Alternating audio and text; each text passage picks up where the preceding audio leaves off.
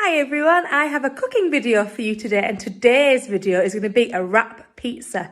I'm going to show you how I make mine, and then you could show us how you make yours. Okay, so what you're going to need is a wrap, some sort of tomato sauce for the bottom of your pizza, some cheese. I'm going to put a tomato on mine, a grater, a knife to cut up my tomato, and then the oven is on preheat at 180 degrees. So the first thing I'm going to do is I'm going to put some of my tomato sauce on the bottom, and I'm going to spread that all the way out.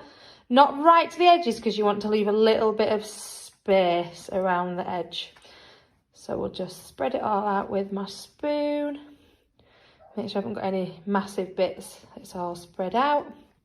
Spread all that out, and then I'm going to grate my cheese and I'm going to cut my tomato up to go on the top. Right, so I have sliced up my tomato. I want to get a grown-up to help. You could have other things on your pizza as well. You could have some meat, you could have some peppers, you could have tuna, you could have pineapple, you could have anything you want. So I'm just going to spread my tomatoes out on my pizza. I've cut them quite thin so they cook quite quickly when the pizza goes into the oven. And now I'm going to grate my cheese. Okay, so I've grated my cheese and I'm just going to sprinkle it all over my pizza. You don't need loads because it's going to melt when you put it in the oven.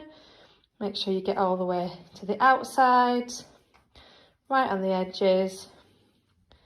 Push that out. And then we're going to put it in the oven. Probably going to take about 5 to 8 minutes because it's quite thin. So put it in the oven and I'll show you when we get back.